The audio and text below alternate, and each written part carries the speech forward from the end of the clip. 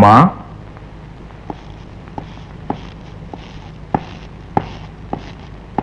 అమ్మా వచ్చేసావు నాన్న. ఇవాళ పొద్దునే విడుదల చేశారమ్మా. ఉద్యోగం వెతుక్కోవడంలో కాస్త ఆలస్యమైంది. ఉద్యోగం దొరికిందా బాబు? దొరకటం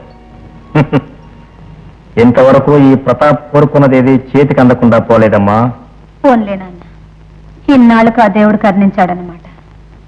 నిన్ను నేను ఏ లక్ష్యంతో పెంచాను, దానికి భిన్నంగా నువ్వు ఇలా చీటికి మాటికి జైలు పాలవడం చూసి ప్రతి క్షణం కుమిలిపోయేదాన్నిరా. లక్ష్యం లక్ష్యం లక్ష సార్లు చెప్పావో తప్ప అదేమిటి ఎంతవరకు చెప్పేమిటమ్మా? దాన్ని సాధించే ధైర్యం సామర్థ్యం నీ కొడుకులేవనే భయమా నీకు?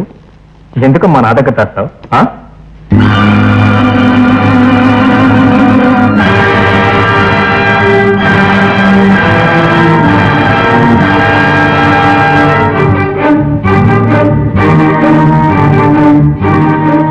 అమ్మా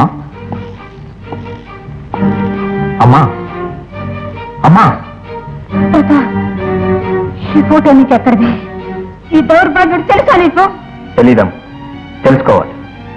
వాడిని వెతికి పట్టుకుని మరొకరికి అప్పచెప్పాలి. అదే నా కొత్త ఉద్యోగం. అది నీకు సాధ్యం అవుతుందా నాన్న?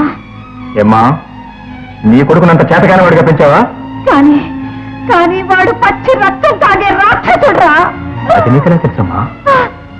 చెప్పమ్మా, అది నీకెలా తెలుసు? నా ధ్యేయానికి రాక్షసుడికి చాలా సంబంధం ఉంది ప్రతాప్. ఇంతకంటే నేను నీకేం చెప్పలేను. కానీ వీడెక్కడ ఉంటాడో ఎలా తెలుసుకుంటాను? భూమిని ఆకాశాన్ని తలకిందులు చేసినా సరే వాడిని తెలుసుకుంటాను.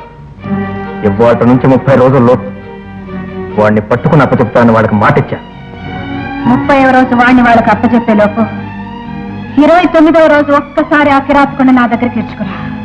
అమ్మా, కారణం అడగకుండా ఏ పని చేయొద్దని నువ్వే చెప్తావు.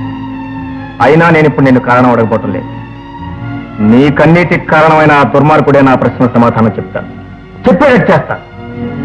ఆ రోజు వాడు చేసిన పాపాలకు ప్రాయశ్చిత్తంగా వాడి కళ్ళ వెంట కన్నీరు కాదమ్మా, చిక్కటి రక్తం ప్రవహించింది.